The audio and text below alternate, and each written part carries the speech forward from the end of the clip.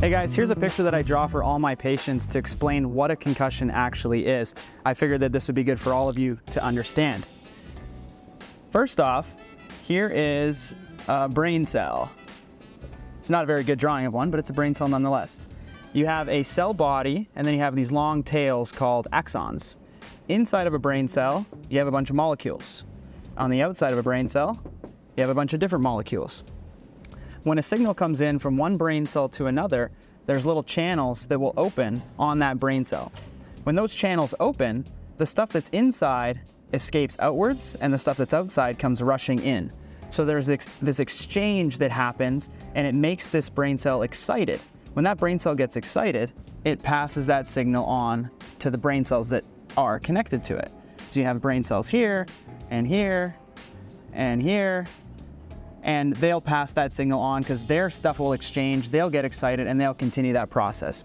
So this is how communication happens within the cells of your brain. Now, when a concussion happens, we used to think it was the brain hitting the inside of the skull, creating kind of a bruising on the outer part of the brain. That's not exactly what happens. What we now know of concussion, or at least what the current hypothesis of concussion is that the brain actually gets stretched. So if we think of the brain as jello, and if I was to shake a plate of jello, it's going to deform up this way and it's going to deform up that way. And if I was to zoom in on every little jello fiber strand, we would see each of those strands getting stretched. And it would kind of deform up this way, and then it would deform up that way. And you can picture this jello jiggling back and forth and getting stretched. The brain is actually the same consistency as that. So when the brain gets hit and it starts to jiggle back and forth like that, you get this stretching of the brain tissue. When that stretch occurs, these little channels get pulled open, the stuff that's inside escapes, and the stuff that's outside comes in. So what's going to happen? Well, the brain's going to think that it's received a signal, and it's going to fire, and it's going to pass that signal all to the next brain cells. So all a concussion is not a bruising of the brain as it smashes into the inside of the skull, but actually it's millions of brain cells all at the same time that get tricked into thinking that they've just received a signal. And so you get this electrical storm that starts to happen, and then it kind of calms down. So the first part of concussion is called the excitatory phase. This is when all those brain cells are firing and getting excited because they think that they've received a signal. Then, this is what happens. The energy molecule in our brains is called ATP. This down here represents time. All of that brain cell firing that happens in that initial little part of the concussion is a very short duration thing. But what it does is it burns a lot of energy. So over the next few hours to days, your energy stores start to plummet.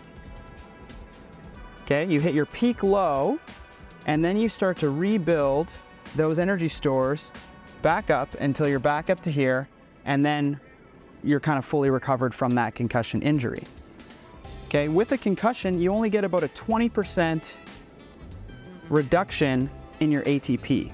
When you look at more severe forms of brain injury, like moderate and severe traumatic brain injury, you can get as much as 50% reduction in your ATP to the point where you actually get permanent damage of brain tissue. With concussion, there's no observable damage to brain tissue, which is why MRIs and CT scans are normal. But you get about a 20% reduction in this energy, this ATP level. You hit your peak low around day 5 to day 7, and then you kind of slowly start regaining back up. Now, the studies that have been done on this have found that the full kind of metabolic recovery happens at some point between 22 and 45 days, depending on the study that you see.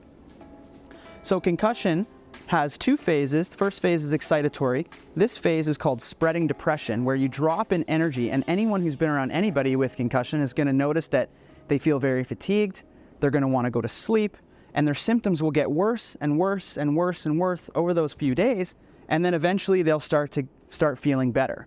Most people's symptoms go away around day 7 to day 10. That's the majority of people. But in about 30% of people, they're going to have symptoms even beyond this time point, and that's what's called post-concussion syndrome, PCS, or what's now known as just persistent concussion symptoms. getting back into this pathophysiological process here, this low energy, this is actually the dangerous point for concussion. Because even though the symptoms go away here, a lot of people go back and try to play their sports. Well, studies on animals show that if you get a concussion here, well, now you drop way, way, way down again, and you get this additive effect. So now you're getting accumulation of these concussion injuries, which can now start to result in potentially permanent damage, but also a very prolonged outcome. So after one concussion, which takes 22 to 45 days potentially to get this thing back, could end up taking up to 90 to 120 days for that ATP level to get back up to a healthy range. Now, what happens if you get concussed here? Well, potentially you're down here again. So the big thing with concussion is we want to make sure we get people to this point so that if they do get another concussion, we're potentially avoiding some of that cumulative effect and we just get a secondary concussion. Now, from this picture, I'm going to go in and start talking about post-concussion syndrome. Okay.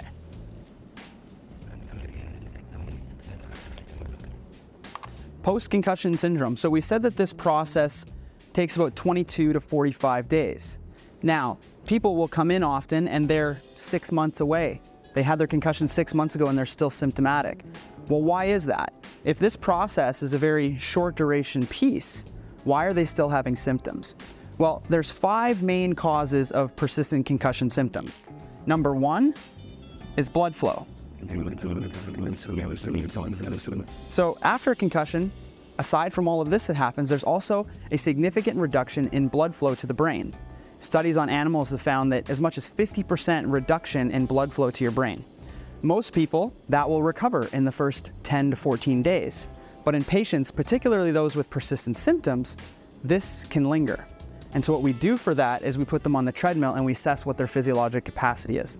This is also affected by their sympathetic parasympathetic nervous system. So this one is often called physiologic PCS because it's a dysfunction in how the brain is working. Number 2 is metabolic, inflammatory, and a new one, which is hormonal.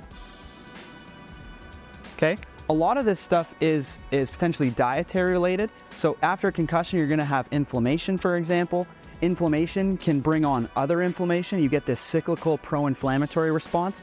This can be affected either with anti-inflammatory medications or what I prefer to use is dietary interventions, trying to go on to a bit more of a low inflammatory diet. Hormones, this is kind of a newer one as it's not been studied that much in concussion, but more severe forms of brain injury have found that hormone imbalances are present. And so with concussion, particularly those that have really long-standing symptoms, hormones can definitely be playing a factor. Number 3 is the visual system or the vestibular system. Now I put those together because they often work together. So people might feel off balance, they might feel dizzy, they might feel they have this visual perceptive issue, they might have trouble reading even some cognitive problems where people can't concentrate or focus, sometimes maybe due to a visual problem. But oftentimes visual problems also include the vestibular system and vice versa. Vestibular problems include the visual system, and then they also include the neck. So with a concussion happens around 70 to 120 Gs of acceleration. So there's a tremendous amount of force that happens, right? And there's also a rotational component in this, around 5,500 rads per second squared, but that's, getting a little bit technical. Whiplash injuries or injury to the neck happens at only 4.5 Gs. Previous studies have found that everyone who gets a concussion also exhibits whiplash signs and symptoms. And the signs and symptoms of each condition are so similar that you actually can't tell them apart. So what was a concussion may now be just the lingering effects of the whiplash that may have been suffered at the same time. So the neck also integrates heavily with the visual and vestibular system, where a lot of times visual dysfunctions will be heightened if you include the neck. For example, if I get you to turn your neck and I run a visual test, it will be much it'll be significantly worse if I was just to do it straight on. So incorporating some element of neck function allows you to kind of tackle this whole thing. I usually will test these things together. Number 5 on this is the psychological. Okay? There's a huge overlap between things like post-traumatic stress disorder, anxiety disorders, depression, etc., where the symptoms look very much like that of concussion. It's also well known that people that have pre-existing anxiety, depression issues will go on to have longer standing symptoms in general. And so this type of overlay, which a lot of times it's the misattribution of symptoms where people believe that their memory isn't that sharp and think that they're impaired, and so it kind of manifests every day in that type of kind of self-fulfilling prophecy where if you start really looking for things, they start to appear. But also just the overlay of other mental health conditions can look a lot like concussion. So this one is definitely involved as well. So when it comes to concussion itself, the big thing is avoiding any type of subsequent injury that may drop your energy levels lower and create some permanency to the condition, or at least an additive or cumulative effect and a longer recovery. When it comes to symptoms that have been ongoing, basically once you hit the 10 to 14 day mark, we start looking at you as if you are already PCS, even though technically you're not until about day 30. So we start checking out blood flow, we start looking at this, we start looking at this, we start looking at this, and try to find out where your symptoms are coming from.